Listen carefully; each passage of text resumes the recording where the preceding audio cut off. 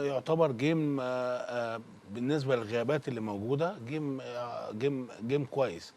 ودايما الفرق الصغيره بتجتهد في الماتشات ضد الفرق الكبيره، لكن دايما بتعمل حساب الفرق اللي في مستواها، الفرق اللي زيها.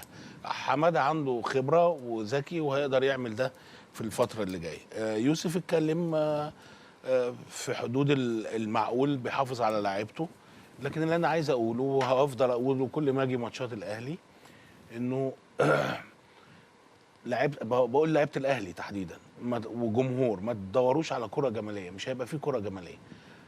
لو في الاصرار اللي موجود الشوط الثاني وكميه الجري والروح القتاليه العاليه، في غلطات طبعا لانها بترجع لمستويات اللعيبه. لعيب ينفع يكون موجود في المكان ده ولعيب ما ينفعش، لكن كميه الجري اللي موجوده وكميه الاصرار هو اللي جابوا الفوز.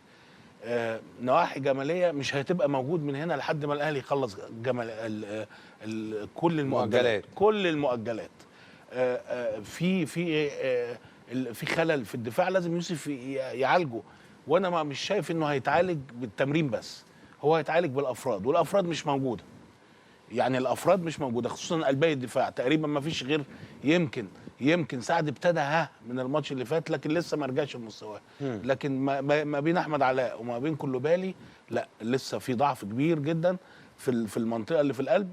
يحاول يوسف يعالج ده بانه يكثف الهاف الديفندر، ينزل في وسطهم بشكل كبير جدا علشان يغطي ده. لكن طول ما الاصرار ده موجود وكميه الجري دي موجوده والروح دي موجوده، هيجي فوز زي ما انت شفت كده، يجي من كورنر مكافأة، يجي ب 2-1، لانك اجتهدت وبتجري وعندك تصميم وعندك اراده انك تطلع. لكن ناحيه جماليه وكره طبيعيه بتاعه النادي الاهلي يلعبها، ما اعتقدش ان ده هيكون موجود في خلال كل 4 ايام مباراه.